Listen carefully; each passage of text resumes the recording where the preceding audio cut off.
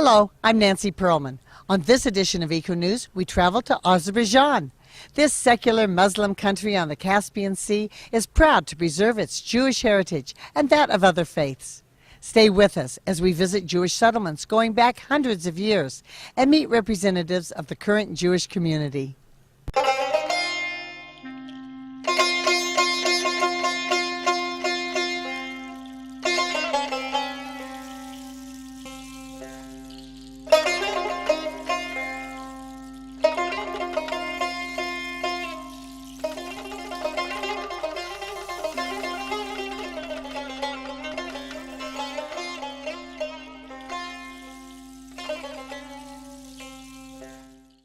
Hello, I'm here in Baku, Azerbaijan. With me is Rabbi Shneur Segal. He is the chief rabbi of the Ashkenazi community of Azerbaijan, as well as serving as a representative of Chabad. Welcome, it's a pleasure to have you with us. Hi, hello. I'm really interested in being here and learning more about Jews in a secular Muslim country in this part of the world. Could you tell us how long they have been here and who is here now? In Azerbaijan, there is today the biggest Jewish community is, as they call themselves, mountain Jews.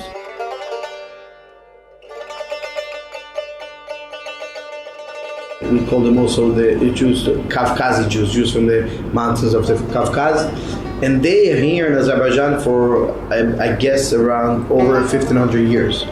Ashkenazi Jews came to Azerbaijan about 200 years ago in the oil boom. Jews from Ukraine, Russia, Poland, Belarus immigrated here to Azerbaijan. And today we have about 30,000 Jews living in Azerbaijan, when 20,000 of them live here in Baku, in the capital. Out of those 20,000, I believe about 7,000 are Ashkenazi Jews, and the other 13 are Sephardic, Mountain Jews, Georgian Jews, but that's basically the community.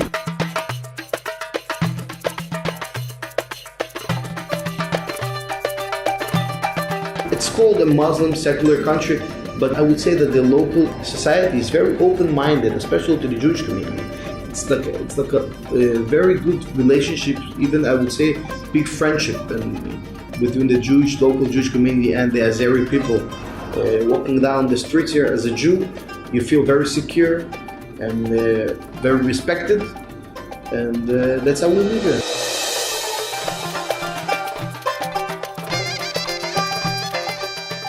The tolerance of this country is something that should be exported. And I think it's very important that people around the world should know about that there's such a country, the secular Muslim countries, where Jews live quietly, peacefully, and Jewish life is thriving and developing.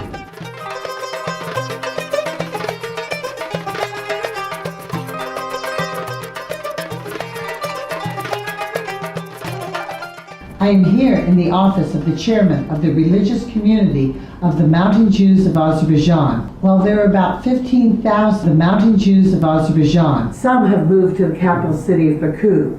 In 2011, the government built them a brand new synagogue. This synagogue, in which we are now sitting, was completed and opened in March of 2011. It was built and given to the Mountain Jews community by order of the President of Azerbaijan and funded with money from the Presidential Foundation. And in addition to that, to keep the synagogue functioning, we also receive financial help from the Presidential Foundation.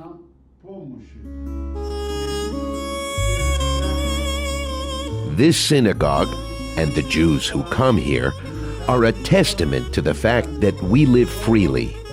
We read our Torah, we practice our religion, and we enjoy all the constitutional rights that were given to us by the Constitution of the Republic of Azerbaijan.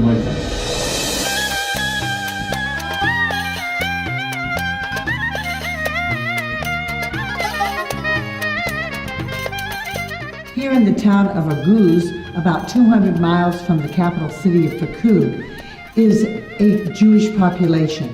Proud to maintain this synagogue built in 1849 and restored in the 1990s with the help of the United States Jewish World Congress. All of the Jews who have made Aliyah still feel they have a home here, whether they now live in the United States, Canada, Russia, or Israel. They all still have a connection to this place.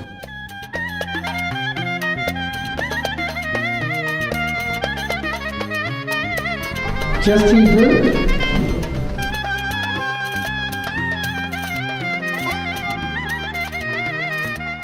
Traditionally, the women were up in the balcony. We, the Jewish people, can be found living throughout the world. And our wish for Jews everywhere is for them to prosper and to live in peace.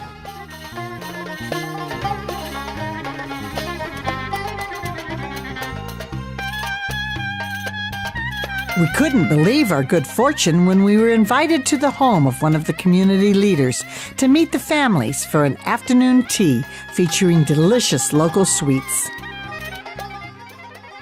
Zubayda is the wife of one of the members who has been showing us around the Jewish area of town, and you have a beautiful yard. Thank you so much for sharing your home with us. No, this is fine. Okay, everybody? Line.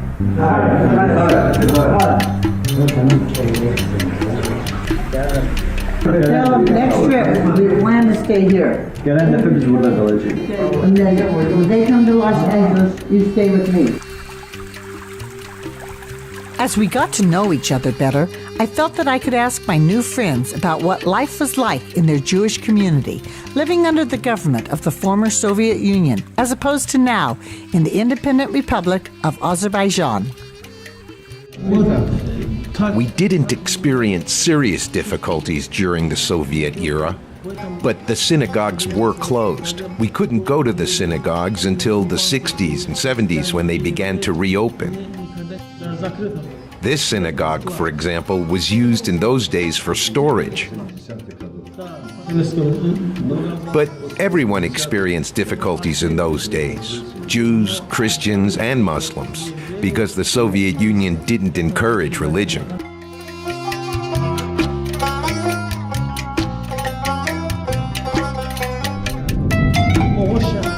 This is a local map which shows the villages of the mountain Jews. This is a list of the mountain Jews who fought in World War II and died in battle. In this district, every family has a relative who died in the war. This is the newspaper of the World Mountain Jew Community. It's published in Moscow.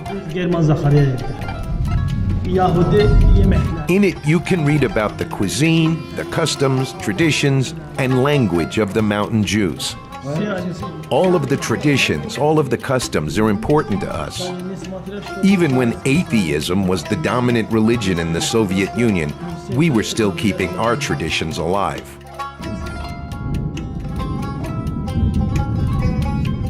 I'd like to thank you all very much for showing us your community and your center. Thank you very much. It has been a pleasure to be here and learn how Jews and Muslims can live in harmony.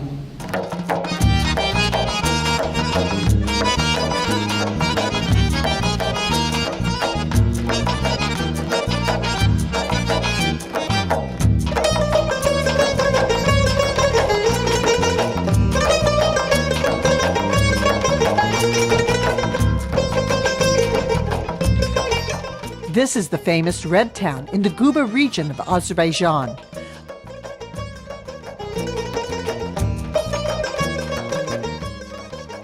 Located 102 miles northwest of Baku, this Jewish town was established by the Muslim Khanate and is one of the largest all-Jewish towns in the world outside of Israel. I'm here in the Kuba district. With me is Evda Abramov. He is a member of parliament representing this district of Kuba in Quasar. He is also vice chairman of the Human Rights Commission of the Parliament of the Republic of Azerbaijan. He is also an historian for international relations and is a former teacher and director of a high school named after Isaac Hanekoff. Welcome, it's a pleasure to have you with us. Could you describe this district for us? I represent the northern region of the country in which we are now filming. This region is 100 kilometers away from the border with Russia. This region is famous for being multi-ethnic, and there are several ethnic groups living here side by side. It's a very interesting region, both for politicians and for foreign tourists. You are the only Jew in parliament in a Muslim country. What is that like? Maybe it's an extraordinary situation, but I accept it and I feel very comfortable with it. I'd like to tell you an interesting fact from our history. When the first Muslim Democratic Republic was created in Azerbaijan in 1918, even in those times, most of the minorities were represented in parliament, and one ministry was given to the Jews. And now, following in this tradition, I still represent the Jewish population, but I represent them not as a Jew, but as a citizen of Azerbaijan.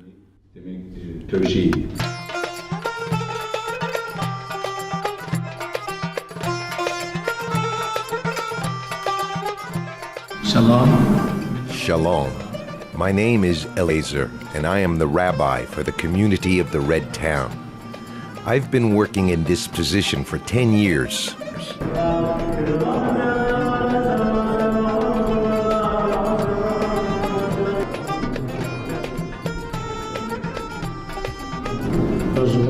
Currently, we have approximately 3,500 Jews living in the Red Town. In 1917, before the Russian Revolution, there were approximately 15,000 Jews living here. All of the Jews at that time were extremely religious. By today's standards, we would call them ultra-Orthodox Jews. In fact, before the Soviets came to power, there was no such thing as a non-religious Jew here.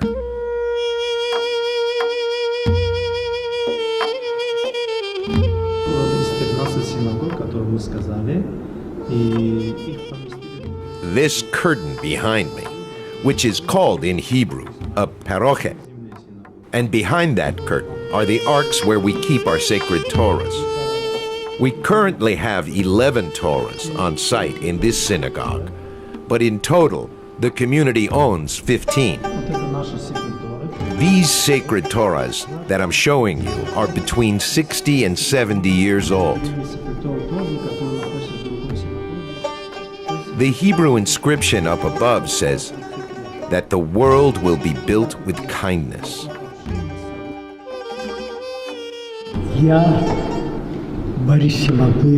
My name is Boris Simanduev, and I am the chairman of the Jewish community of the Red Town.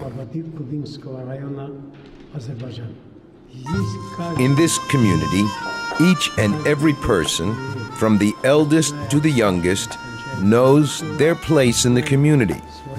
That is to say, every Jew who lives here feels as though they are an inseparable part of the community.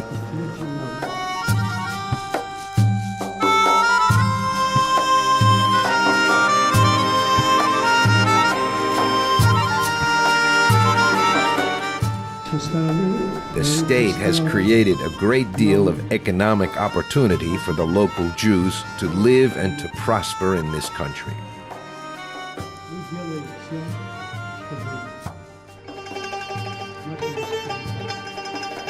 And as far as the relationship between the Jews and the Azeris, it could be described as a family that gathers around a bonfire to communicate, to socialize, and of course to get warmer.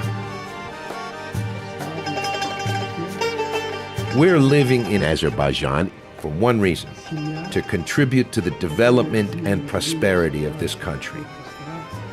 We, the Mountain Jews, and the Azeris have relations like brothers.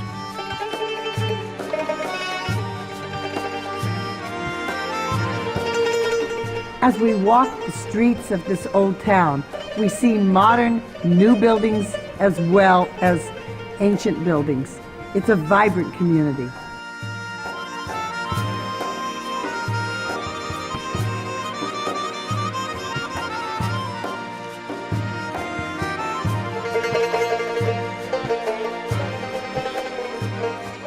On the hillside above the town is the Jewish cemetery, which is still being used.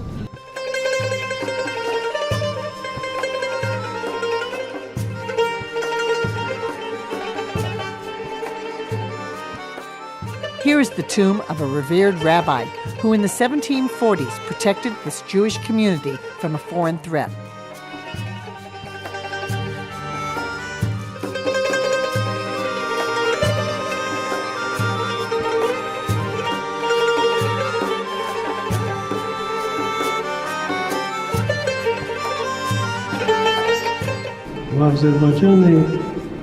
There is no anti-Semitism in Azerbaijan.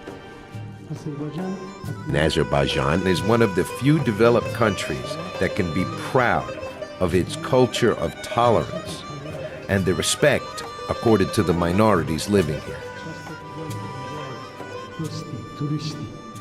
I was asked earlier, what is my wish for the Jews of America? I wish for American Jews that they experience the same level of tolerance that we, the Mountain Jews, enjoy here in Azerbaijan.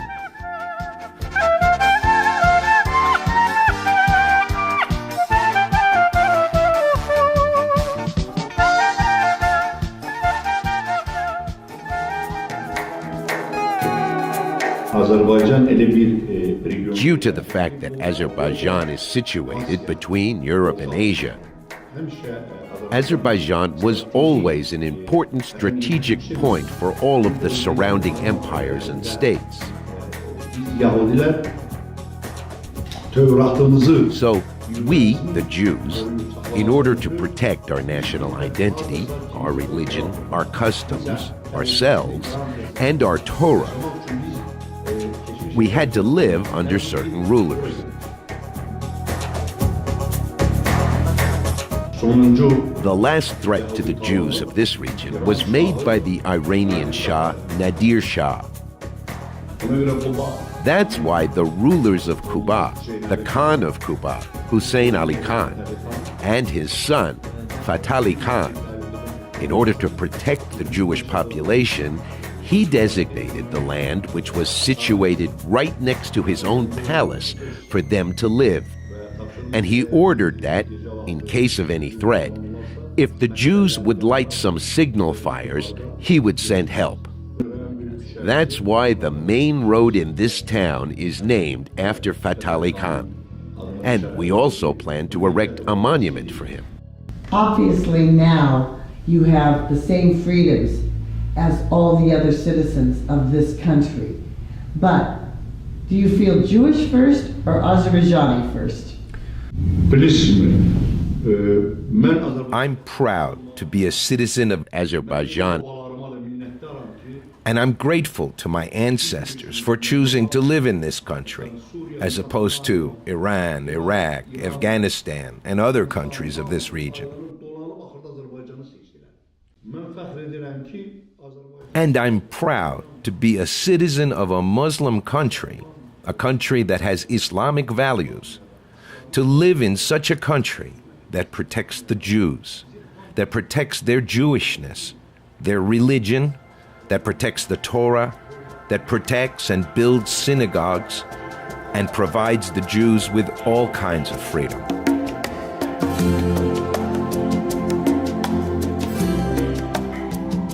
Azerbaijan and Israel have enjoyed a strong friendship for many years. Diplomatic relations between the two countries were first established in 1992. Today, Numerous Israeli companies are active in Azerbaijan in a variety of commercial fields, including telecommunications, agriculture, energy, technology, medical services, and tourism. In the commercial sphere, Israel, along with Italy, is a major trading partner with billions of dollars worth of contracts and ongoing commerce with Azerbaijan. Many high-ranking Israeli officials have visited Azerbaijan over the past years. In 2009, Israeli President Shimon Peres made an official visit to Azerbaijan. Prime Minister Benjamin Netanyahu and Foreign Minister Avigdor Lieberman also have visited Azerbaijan. Azerbaijan provides around 50% of Israel's oil, significantly contributing to Israel's energy security. And at the same time, the government of Azerbaijan has been investing heavily in alternative energy. And currently, we're using the Israeli experience as our model, applying that model to Azerbaijan. As you probably saw on the road from Baku to Guba, we built numerous solar and wind energy electrical generating stations.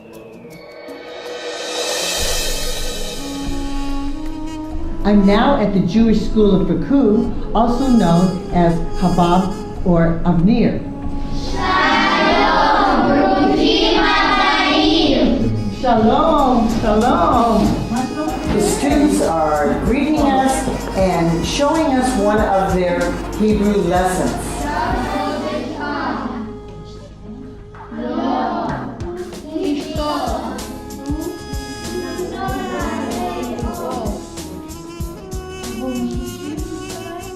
We'll find out more about what is offered at this school with the director, Yotham Lesnick. Welcome. It's a pleasure to have you with us. The students were so excited to see us, and I was so pleased to see them. Do they enjoy learning Hebrew? In our school, we have a lot of different subjects. Kids here are studying all subjects, according to the laws of the Ministry of Education of Azerbaijan. For part of it, we have Hebrew, and we have Jewish culture, and for the elder classes, we also have Jewish history. The kids love those lessons, as they also love taking part in Jewish life here in Azerbaijan. I also wanted to mention that those subjects, Hebrew, Jewish culture, and Jewish history, used to be just extracurricular. About a year ago, we approached the Ministry of Education with a request to have them become part of the main curriculum. The Minister of Education accepted our request. So now, when our students earn their diplomas, they are also considered to have earned a degree in these Jewish subjects. I'm a teacher. I've taught junior high, high school, college. In our colleges, I'm the trustee for 9 community colleges in Los Angeles. That's my real job. We volunteer to do this. But in our colleges and in our schools, we believe in multicultural education so that we have people of different ethnic groups learning about people of different ethnic groups. So I'm wondering, do you invite Muslim children in to learn more about Jewish life and people? Whenever we celebrate holidays here, we invite guests, Jews and non-Jews alike. And for every holiday, there are always big parties and big events that everyone is welcome to attend. And then, of course, sometimes we go out into the secular community. Not too long ago, our students prepared a very interesting program that was performed at a nearby army base in honor of a local Azeri holiday. We put on a concert for them, which also included a presentation on Jewish life, Jewish dances, etc.